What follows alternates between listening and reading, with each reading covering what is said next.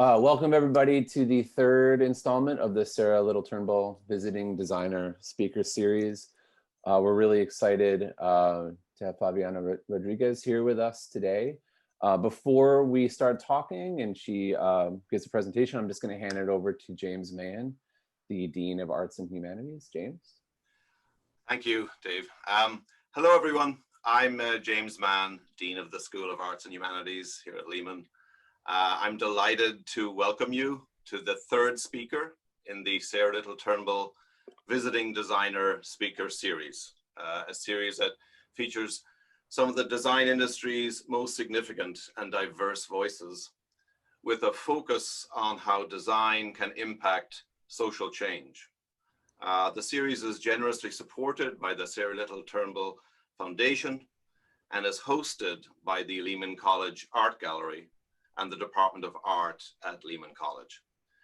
Today, we are greatly honored to have Favianna Rodriguez, who will be discussing gender and sexual identity in the world of design with our own David Schwiddick, Professor of Art here at Lehman.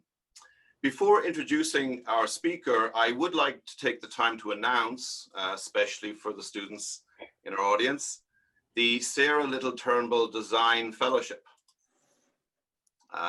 which I've now put as my background, which offers grants and stipends of up to $1,500 to currently enrolled students for the purpose of developing a design-related project that addresses well-defined challenges in the design field, or to cover the costs of taking part in a design-related internship opportunity. You can apply for the grant or stipend by going to the website of the Lehman College Art Gallery, which is lehmangallery.org, and clicking on the link there. And I encourage all students to apply. And that's what it actually looks like. So we are absolutely delighted today and honored to have as our speaker, Favianna Rodriguez, actually technically inviting her back to Lehman since she has been to Lehman in the past. Favianna Rodriguez is a visual artist and social justice activist based in Oakland, California, where she grew up. In her art and her activist practice, she addresses the topics of immigration, gender justice, racial equity, and sexual freedom. In her practice, she boldly reshapes the myths, stories, and cultural practices of the present, while healing from the wounds of the past. Her work includes visual art, public art, writing, cultural organizing, and power building. She leads meaningful collaborations with social movements that lead to resilient and transformative cultural strategies.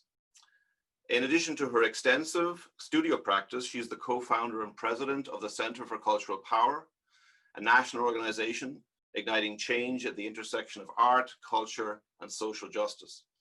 She's also been involved in setting up many cultural centers and design studios. She especially emphasizes the potential impact of design projects on the world and the importance of diversity of design to address the issues of gender and racial justice in a design culture that has systematically excluded the voice of people of color, and especially women of color.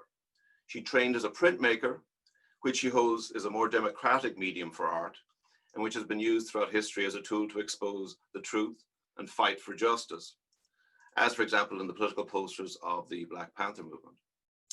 Favianna is a recipient of numerous awards, including the Robert Rauschenberg Artist as Activist Fellowship, the Atlantic Fellowship for Racial Equity, and the Soros Equality Fellowship. I'm delighted that she's returning to us, and I look forward to her talk today. Thank you.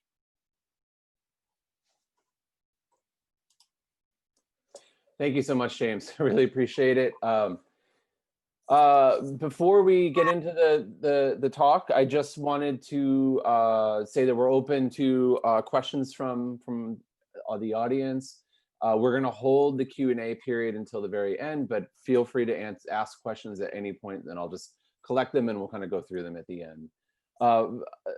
Favianna, you have a presentation to give us, but I wanted to just kind of start off by asking you how you sort of got into design to begin with. Can you talk about that a little bit? Yes. Hi, everyone. I am joining you from Ohlone land, also known as Oakland, California. I'm really happy to be here. My pronouns are she and her. And I love talking to design students because design was something that I sort of found as a key way of expressing myself and sort of um, leaving a mark in this world in which I always felt highly invisible. So I'll give you the short version, and when I'm presenting, I'll share a little bit more. I grew up in a neighborhood that was deeply impacted by the war on drugs in the 80s and 90s. And I always recognized that Latinos were just not presented in the culture around me. And my father was Afro Latinx, my grandmother. And so I lived in a mixed race household. And I definitely did not see depictions of Afro Latinx around me. And so for me, making art was a way to make myself visible. And I always made a lot of art. And I learned actually how to make art through community art workshops, learning how to make screen prints, linoleum blocks. And at the time, because not everyone had a computer, I would use a Xerox machine to sort of compose things. And then the internet was born, and it was my last year in high school. And I remember just hearing the sound of the modem. I don't even know if y'all know what that sounds like, but it was like a little dial in. And then I would just feel connected to another universe. And that's the year when I first learned desktop publishing. It was Adobe Photoshop 1.0. Actually, computers were only in like black and white mostly. And I was just fascinated that I could design something on my computer and that I could share it with the world. And so I taught myself how to code in 1999, right before the sort of big .com boom. And I think it was really important because I learned basic, web language. But really, I think I just learned that you could find the tools to express yourself and that you could learn yourself because you didn't have to go to school for it, right? Because they were not teaching design yet because design was like pretty new. And so I taught myself, and I taught myself so well that I ended up actually starting my own web company. And that was really, that's what opened me up. And you'll see that a lot of my art is actually inspired by the blend of printmaking and technology.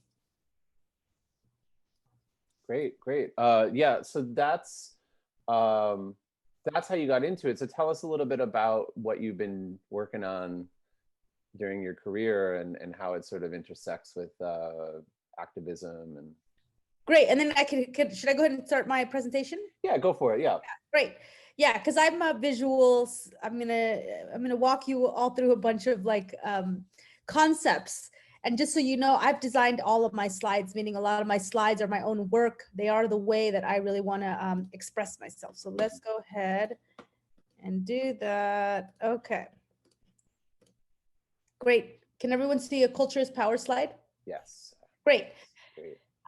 So for me, the sort of key idea that I always go back to is the idea that culture is power. And that is that what we create, what we see in the world around us is very powerful. It actually shapes our imagination. And so when I was growing up, there was no like cartoons with Latino characters. I mean, Dora the Explorer didn't exist yet. Selena, the musician, hadn't even been, she hadn't really made it big yet. And so I didn't really have depictions that looked like me or dolls or anything. Like I just didn't, we were invisible except for maybe Speedy Gonzalez, which was a very, kind of racist representation of Latinos. And that really affected my perception of myself. I didn't really like who I was. I didn't understand how to, do my hair.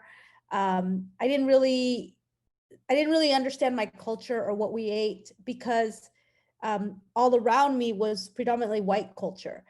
And so it affected me and it affected my self-esteem until one day I saw a muralist in my community painting a mural. And this was also the era of the birth of hip hop, right? It was the 80s. And I was just like so blown away to see that somebody could make something on this big wall. And so when I think about the power of culture and design, I think about the ways in which it can expand our imagination, but also make us feel seen and make us feel visible. And I like to think about culture as the ocean that we swim in, right? Like we are literally swimming inside of culture. And if we think about design in particular, we are in a world, in a visual landscape that is constantly telling us how to think, and it's shaping our ideas, right? So an example of that is, when I was a teenager and I would just go to the grocery store with my parents, um, on the magazines, it was all white women. It was all white women on all the teen magazines. And so I hardly saw myself, and I didn't see any Black people, hardly saw Asians, Native Americans, forget it. And so I recognize that what we see, what we see around us also gives us a lot of information, right? The other thing that I saw growing up is I saw I grew up in a food desert, and I saw a lot of fast food. And I just would always wonder, like, wow, why is there so many liquor stores and fast food in my neighborhood? And so I understand that I like to think about culture as an ocean because it shapes us and we can also shape it. Just like, the Black Panthers. I grew up in Oakland, California, the home of the Black Panthers. So there was still remnants of Black power, and that shaped me as well. Seeing graffiti, I was like, whoa, what's that? Like, what are those big, bold colors, top to bottom on the street, that are just sort of a sign of resistance? Because I was growing up in a concrete jungle. This was the crack era. Like, this was very, I wouldn't even really go outside to like take a walk or anything, or like ride my bike, because I lived in gang territory and drugs was devastating my community. I mean, I remember looking out of my window. I live in the same house that I grew up in, and just seeing gang fights. And my parents had to work very hard to try to get me to a school where there wasn't a lot of gangs. And so I was always like, wow, my neighborhood is like really neglected. Even as a kid, I was like, why do we live like this? Like, why is there so much police brutality? Why is there so much gun violence? Right? Like, I'm 12 years old. Like, I shouldn't experience gunshots. And sometimes I would hear gunshots, or people around me would be killed by guns, right? Because it was gang life. And that really affected me. And in the same way, I was also able to have a form of escape, which was art. And I'm so glad I had art, because other people's form of escape was drugs, or, getting into gangs, or, doing things that were not legal at the time. And I don't blame people for that. I think, unfortunately, that's the environment we were growing up in. But for me, art allowed me to then create something else, create another reality for myself. And when I think about the role of culture, I recognize that culture shapes politics and economics. Like, what we see and what is presented to us will actually shape laws. Because what also happened when I was a teenager is that you had the beginning of the anti-immigrant movement. So you had elected officials who were saying, Latinos are illegals, get them out of here, they're taking your jobs. Here we are 20 years later, and that rhetoric is still here. It started, though, really, like, the contemporary anti-immigrant movement started in California in the 90s. And I saw how that shaped laws. And that's where I became very determined to make sure that I was creating a different kind of culture, especially a different kind of visual culture that could reflect all the things that I cared about. Because I don't just care about being a Latinx woman, I also care about being a woman, like somebody who was born in this body that I have to experience a bunch of injustices. I care about growing up in a community impacted by mass incarceration and the war on drugs. I'm a first generation American, so I grew up in a mixed status and mixed race family, and all those things affect me. This is my family that we all grew up here. My brother and I grew up in the United States, but my parents and my grandparents were all Peruvian. My father was Afro-Peruvian, and my parents didn't have a college education. They migrated here in 1968. And my father always would support my creativity. He would put my art up on walls. I feel like my home growing up was a gallery. Like everywhere you looked, even the kitchen, I would have my art up. And I would like literally design from top to bottom my home, um, because that was my safe place, and it was a place for me to represent and to have a voice, right? To create a different reality. And that's, I appreciate art so much for also being a place where we can um, really find ourselves, right? Because when you don't see yourself reflected and you're sort of being impacted by a system, it's so important that you process that in some way, because it's a painful experience, and art was a way for me to do that. Luckily, I lived in a community in which there had been a Chicano rights movement, so there was a lot of workshops in my community for free, like mask making, Day of the Dead workshops. I learned how to screen print, and really how to make things that I could easily reproduce and distribute. I want to show you my neighborhood I grew up in, because that also impacted me. I grew up in the Fruitvale. You know, the Fruitvale is where Oscar Grant was killed in 2009, I believe. I'm pretty sure it was 2009. And really, the murder of Oscar Grant is the beginning of a social media era um, in which people captured police violence on their phones. Because previous to that, you know, I remember seeing Rodney King beatings in 1992. But then it was also like a lot of police brutality, we would see it through the media lens as opposed to through the people's lens. And this is also another example of the power of culture, right? Is when you remove the sort of central distribution, right? Which in this case, we were watching police brutality on TV. When you then give people the tools to show you from their perspective what they're seeing, that's game changer right there. That is a shift in culture, because it actually led to a huge shift in culture, which we're still experiencing today. So this is my hood surrounded by two freeways. As you can see, there's the 880, which is the freeway that's closer to the water. And then there's the 580, which is the freeway in the hills. So if you notice here, the freeway that's closest to the hills has the best air. And the freeway that runs through my neighborhood has toxic air. I mean, you could see some of this is approaching, is over the 70% of toxins. Why is that? It's because the neighbors in the hills didn't want the toxic trucks driving through their neighborhood, so they banned them. And then guess who gets the unfair burden of all the dirty air? Is communities of color. This is the situation for Latinx, Asian, and Black communities, is that we breathe dirtier air, which literally shortens our lifespan by 10 years. People in the flatlands live 10 years less than people in the hills. And when I was growing up, I would see a lot of asthma, and I would see a lot of diabetes and things that were affecting our bodies. And so I knew that we were, you know, that the environment was hurting us, but I didn't really understand what environmental justice was.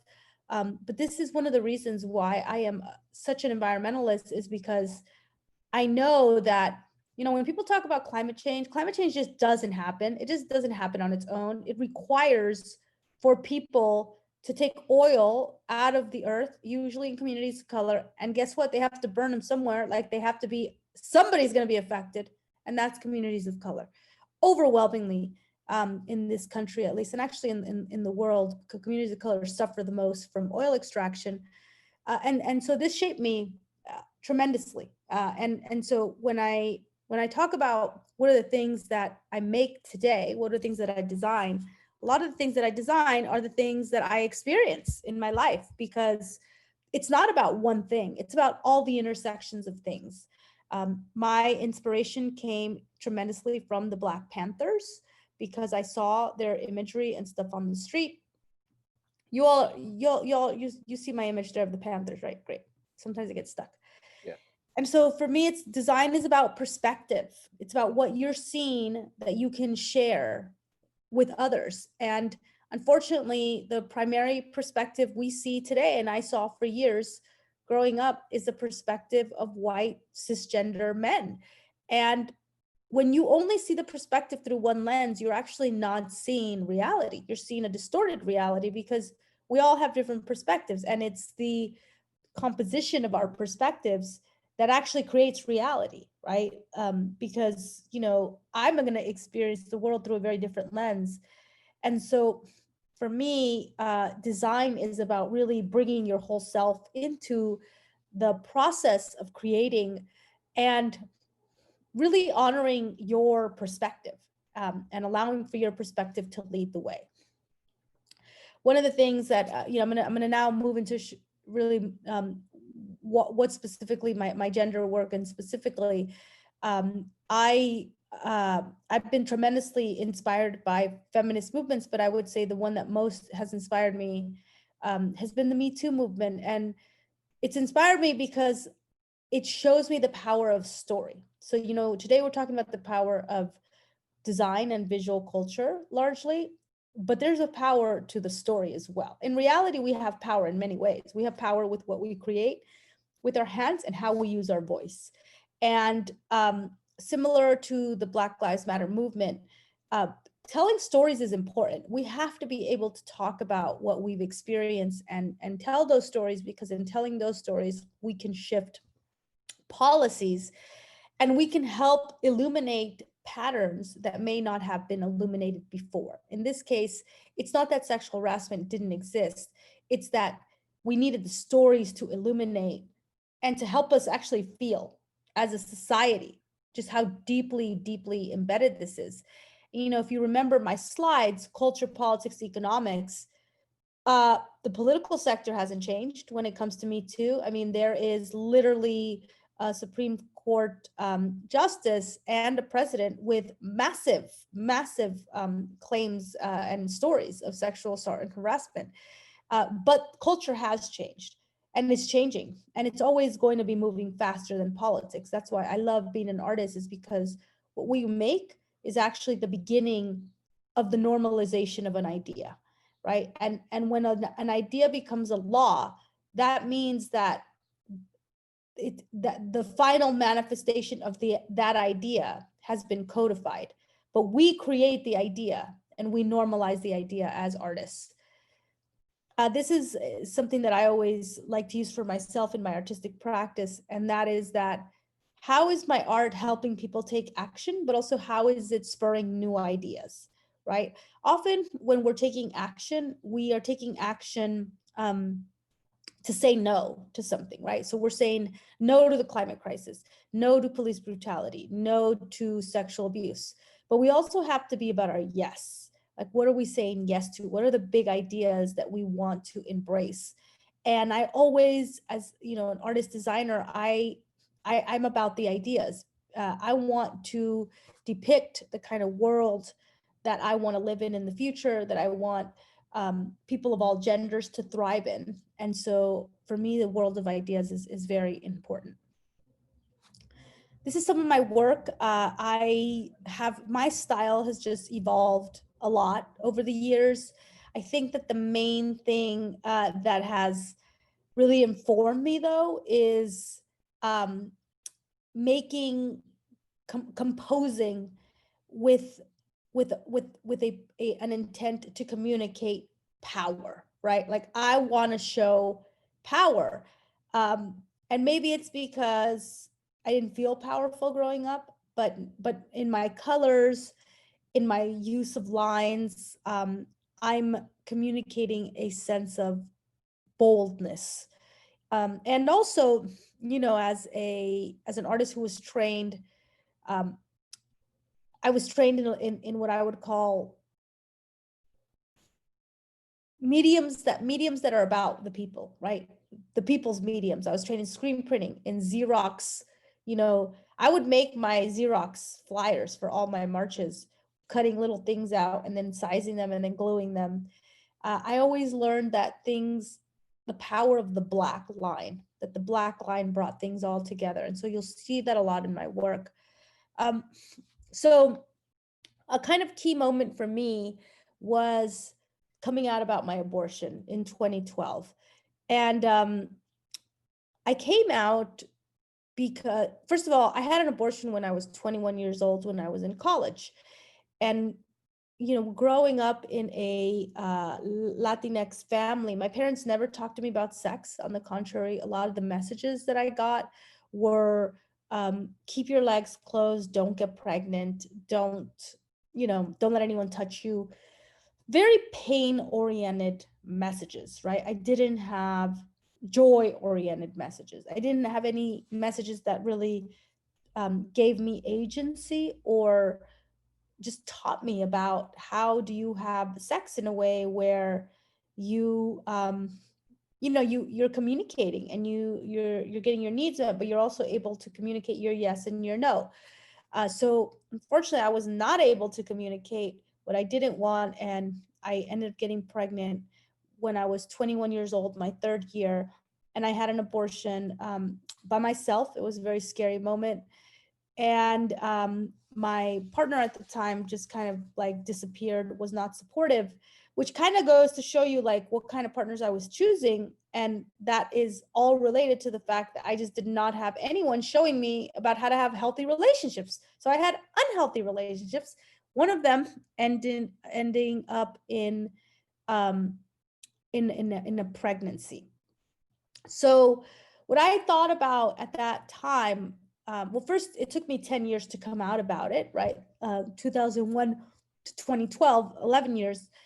And for me, it was a turning point because I realized, in the same way that I was talking about the Me Too stuff, is that telling our stories is so important. Like communicating our stories and what we've experienced is a big part of my design process, is that I am going to talk about openly the things instead of feeling shame. I'm going to use art to be very bold in my thinking. And that's when I started creating this kind of stuff.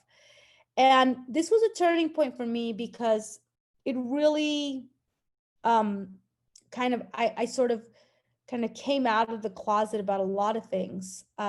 First is that, I was slut shamed all throughout high school.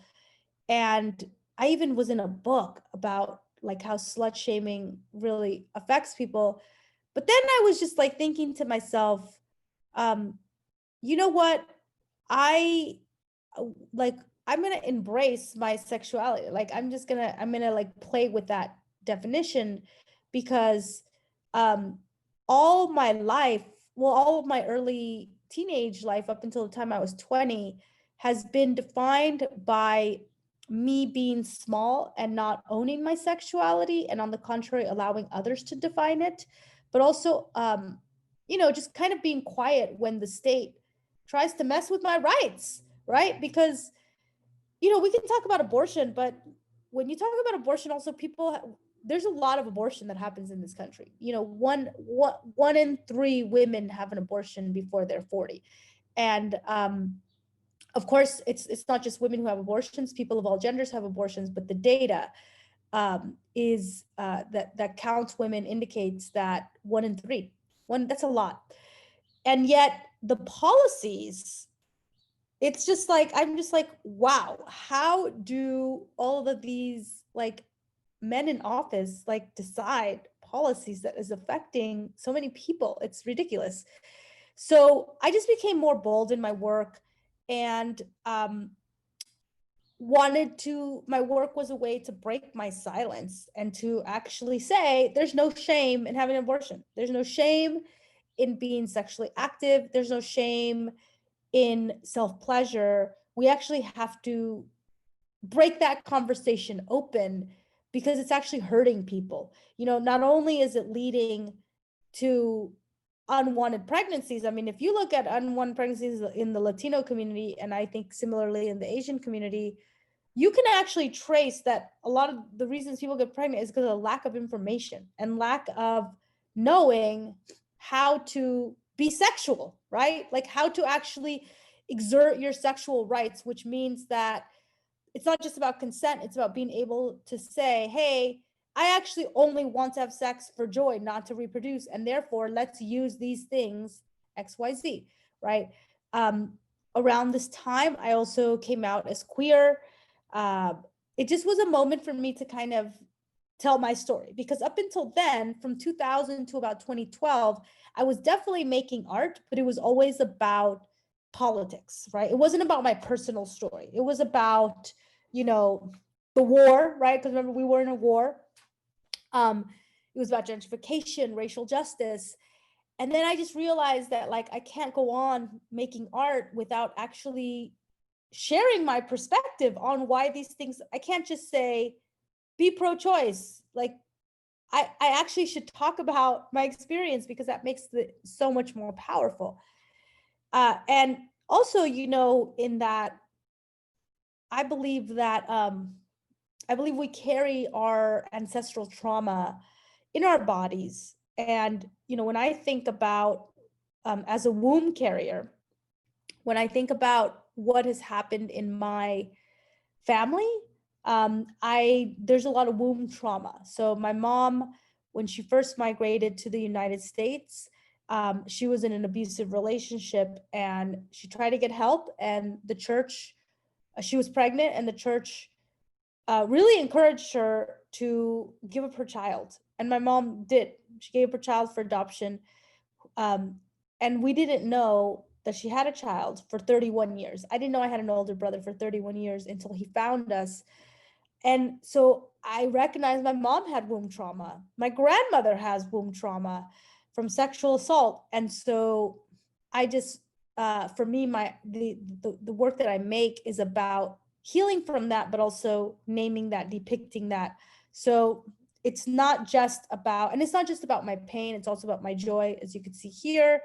In this piece, I am talking about having, an orgasm, but also blood, right? Because I, like many folks, I also grew up in a culture that just didn't like blood, didn't like menstruation, right? Like, I had to really hide my blood from my family, in the sense where, it was always about, like, that I would be moody, or this idea that, when you bleed, you have to sort of just kind of be on the down low, and that it's a sort of hidden thing, or it's a gross thing.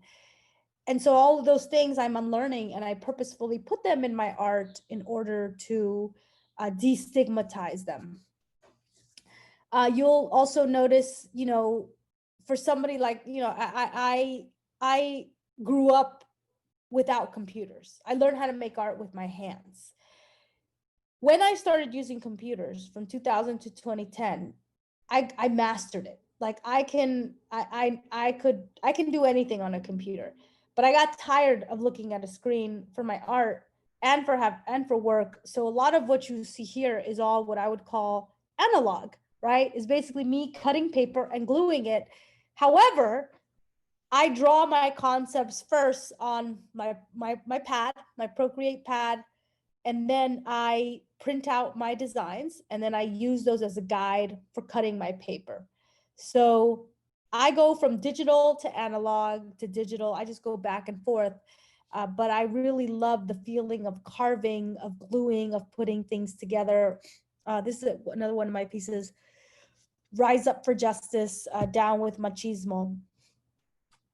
And then I also just, many times because I'm working in social movements, I have to get work out fast.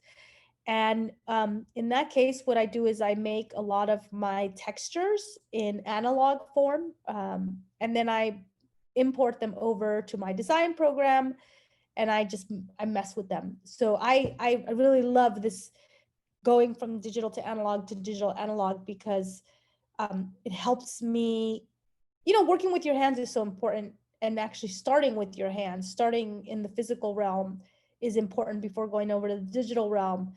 And so I try to start analog, go digital, and then go back and forth. This piece is a linoleum block with screen printed words on it. This piece, Women Pay the Price for the Decisions by Men. just like these are stats from 2010, but they're still very applicable, which is of the 50 million displaced, 80% are women and children. Sex trafficking is one of the highest grossing industries worldwide. The exploitation of bodies for sex trafficking is a huge, huge industry that is largely ignored. And then, the hungriest people in the world are women. The poorest people in the world are women. And this is not by coincidence. This is by design. And so, as a feminist, I'm very explicit in my work against, naming that patriarchy is a system that has to go. And as I shared before, just that I view my work as healing for not just myself, but for past generations. This is a collage that I did as a sort of honoring also my Peruvian culture. In Peruvian culture, there's a lot of fabrics that are very much from the Inca style, that are these patterned fabrics. And so I was attempting to recreate a sort of story through the patterns. And, just that this is healing work. I think for me, the work around sexuality and gender justice is really healing work, because gender violence is generational. It has happened to many, many generations. When we need to come to terms with what has happened, I mean, especially, like my ancestors experienced a lot of rape and sexual assault. I mean, that is the history of Latinx people, is that you had massive colonialism. There was slavery happened. 95% of slavery happened in Latin America, 5% of it in the US, but the rest was in Latin America. And just, for me, it's a real process of healing, because it's not just about naming where we want to go. We also have to reconcile with what has happened to our ancestors, who may not have had the tools to, deal with some of what was, just the tools to process. This piece, Migration is Beautiful, is one of my most popular pieces, and it is really a call for us recognizing that we are all nature, and nature moves. We have been moving since the beginning of time. Human beings always move.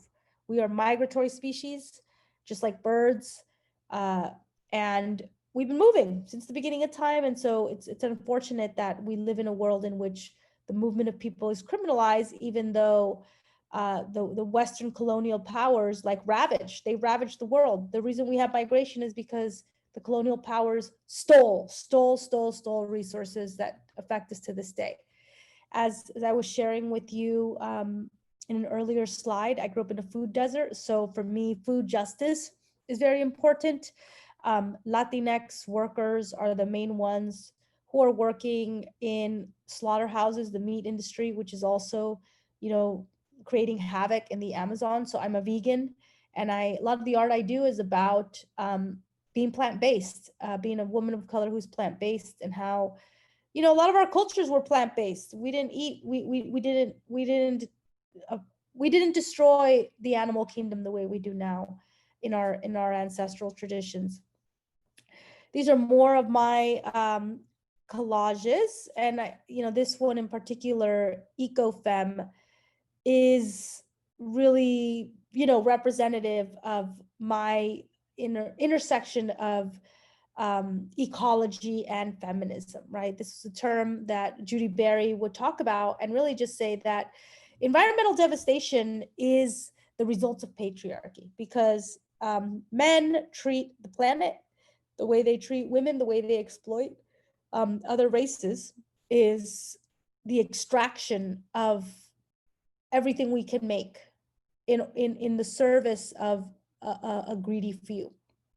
So for me, my environmentalism is about really protecting life. And this is really, for me, this is also involved with my work around protecting the right to choose, because I do think that when we're talking about protecting life, I'm talking about protecting oceans, protecting forests, protecting the animal kingdom, protecting also people, humans, right? And also knowing that we are able to give life, and that also is like a huge responsibility that needs deep decision making, and that throughout our cultures, throughout history, there was abilities for us to to terminate pregnancies when we needed to. So I try to connect all the dots in my work. This is a piece I did for the People's Climate March. I my goal as an artist is to do intersectional stories. I'm gonna zoom past some of the recent. I want to make sure we have time for questions. This is some of my most recent pieces that I've been doing for around voting. So this piece, these works, I design on my computer. I cut them out in linoleum block, and then I print them, or I screen print them. This is a digital piece. This is also a digital piece, talking about voting for Mother Earth, voting early. This year, of course, it's not enough to say vote. You have to say how to vote, because we have very different ways of voting. And then finally, this one, which, I just, for me also, it's so important to design in a way that responds to the moment, right? So when we hit 210,000 dead from COVID, it was also, I think, around the time when new news came out about Breonna Taylor's death. I really felt that it was important to talk about the dead. And so, when a lot of times I'll just have these ideas and I have maybe a couple hours. So I'll just make my design in Procreate, get it ready, send it to my team, and then we'll make screen prints, right? Well, next thing you know, we have 100 of these as screen prints. And so, and I have something digital, but for me, it's such an important to have an object, to make something with my design, to make something with my hands that I could distribute, because I feel like that is, to have an object means that it exists in the world, and that, 20, 30 years from now, I have a record of what I made. So thank you so much, everyone. We're going to go ahead and open it up to questions. Thank you so much. That was amazing, as always.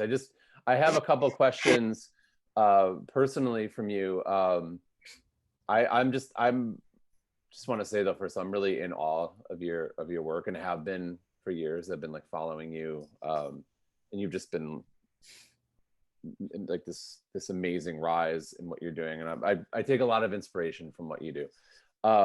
That being said, I myself am a cis white male designer, and one of the reasons I invited you here and really organized this entire lecture series is because I have a lot of anxiety about, I don't consider myself a credible messenger when it comes to issues of gender and Latinx representation, gender representation, LGBTQ plus representation, what have you, in the world of design, or any world for that matter, because of who I am. So I guess my question would be to you, how does a designer of any sort of, wherever they lie in the intersection of these things, best serve as an ally to these movements that are happening now? Yeah. I think first is to recognize that we all have privilege, right? Like, I am an American citizen. I have more privilege than undocumented people. Right. I am an able-bodied person, and I have more privilege than somebody who's disabled. I'm cisgender. I have more privilege than people who are trans or non-binary in our culture today. So I think it's always important to take an assessment of privileges and to open doors for people without those privileges, and be very deliberate about it, right? And so in my work, I have always supported undocumented content creators. In my organization, we very much partner with non-binary and transgender artists. And I very much recognize that it's actually about supporting people over the long term, right? Which is like mentoring, making space for them. And, I find myself now in a position of power where I can really push, right? I think people have to really, really push.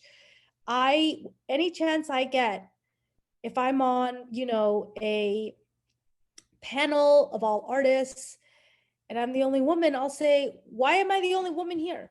Or I'll say, like, how did you guys decide this panel?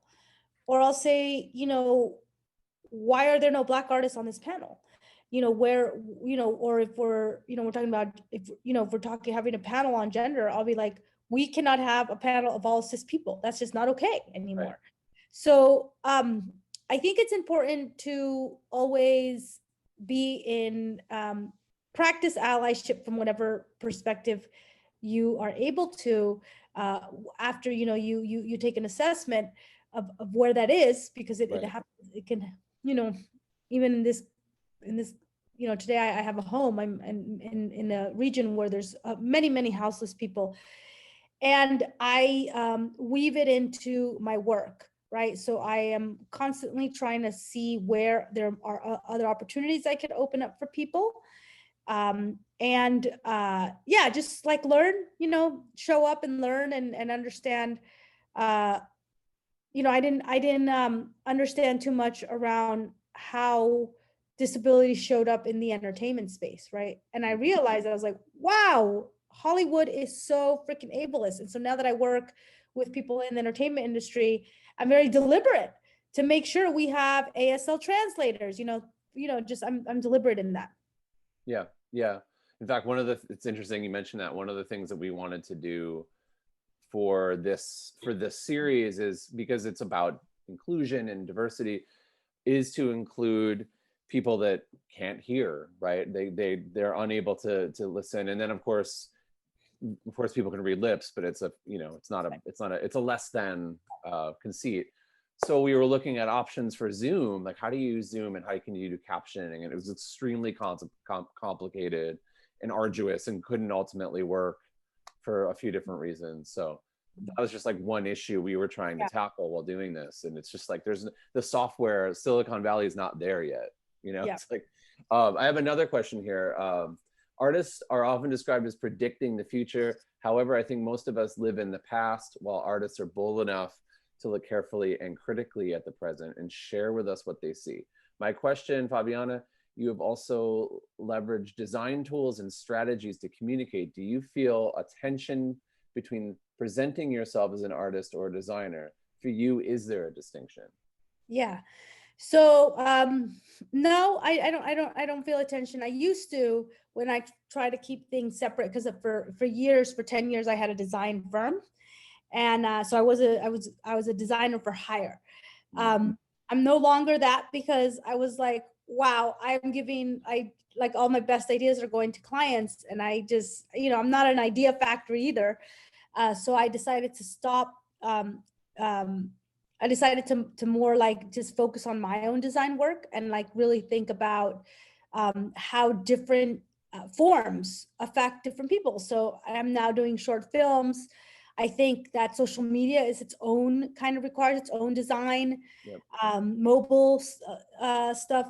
So I don't, it's not a distinction. However, I do think it becomes a distinction when I'm collaborating with clients, because if I want to show up as an artist, often I need more spaciousness for my ideas. Whereas with design, it is really about an interaction with another. It's about collaboration. It's about also identifying, your set of how you measure success is different than how you would measure success through art, right? And I'm aware of that. And I think it's an important distinction, because when I'm working on a design project to help end the climate crisis, Like, it needs to help end the climate crisis, period. The way I assess it and how I determine that is a different set of questions than me just making art about the climate crisis. So yeah. Yeah, I have like a follow-up to that. What do you think about the gallery system? I mean, I know it's different on the West Coast, but are you represented by a gallery? No. Interested Yeah, in I'm it? not. I actually have never been approached by that, Yeah, which just tells you, you guys, racism in the art sector is so bad. It is yeah, so bad. Like, I am a artist who works with like major companies. I work with Ben and Jerry's. I get public art projects all the time. Like, I'm an established artist. Oh, thank you. I'm I hungry now. yeah, I like, I think that today as a Latina artist, I probably am one of the most known Latina artists, which is kind of Right. sad because I bet you can't probably name even 5 Latina artists. Like, it's hard. Um, so even despite that, like, I don't, and nor have I ever been approached for gallery representation. And I sell a lot of work, but it just tells me that the gallery system is like off somewhere else. They're not looking in the right places. If they're not finding me, they're not finding a lot of people. And so I have always believed in creating my own pathway. I'm not going to wait until for somebody to say that my work is good enough. I'm going to find my audience. And that's how I've always thought. I'm really grateful to have grown up in the Bay Area where people here are entrepreneurs. I see myself as an artist, designer, entrepreneur. And I'm going to make my own path. And I have done that, been very committed to that. And now that we're in the age of COVID and, these galleries are really affected, I've actually been selling more art this year than I ever have in previous years. And that's because my fans really show up for me. So I didn't have to close my studio. I was able to keep going. And I'm so glad, because you know what? It's not like a gallery is going to come save me. Right. Um, so I just think it's important for people to take ownership of their IP and of their whatever, destiny they want. I have another question here that is, I guess, kind of related to intellectual property in some ways. The question is, I mean, well, the intro would be that you have a lot of, your work is like very information based. You're conveying a lot of information and communicating it. Do you use archives to make your designs? I noticed many references to statistics and generally in the way you present your projects. Yeah. So I would say I use a lot of information. I am an Yes. I like gather and compile. So whenever, I have like my Instagram saves, I read a lot of news and I'm like, ooh, I like that sentence. I like that fact and figure. How do I take these facts and figures and combine them into one narrative, right? And I think that's my role as a designer, is that I get information and I try to create a new kind of story. So I save a lot of information, but then I decide how to interpret that. And that is, that's my lens on it. And I would say I no longer use archives. In the past, I would be like, oh, let me find a royalty-free image of the Black Panthers and I can make a poster out of it. But I don't anymore, just because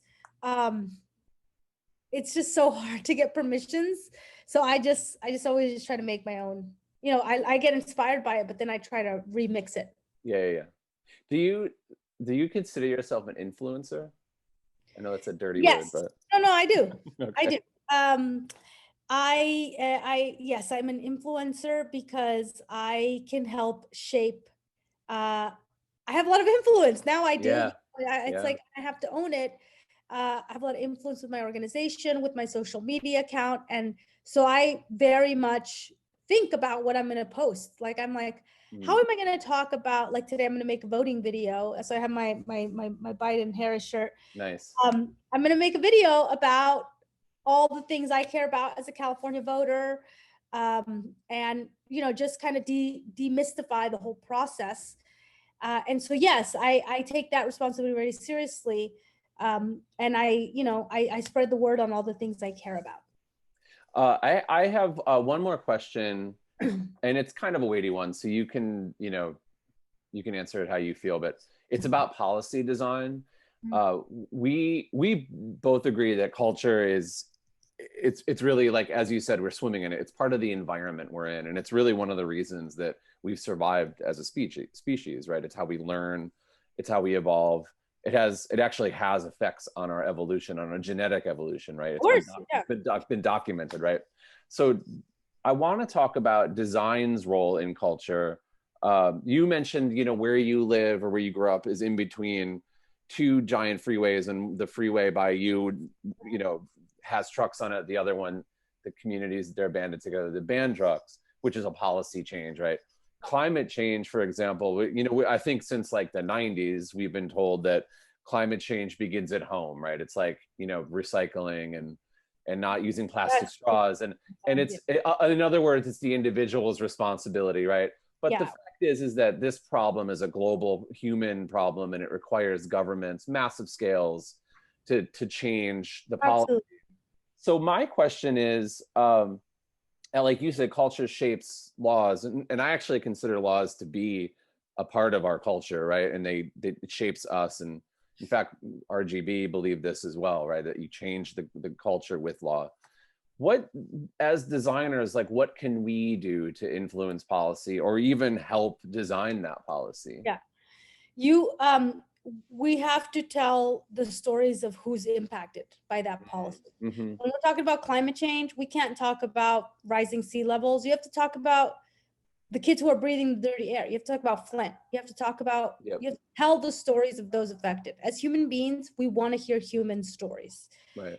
And so, when we're talking about, like the impacts of Trump's immigration policy, we have to show the stories of immigrants. Who are these, how are the parents affected? I mean, these kids in cages are going to be facing lifelong trauma.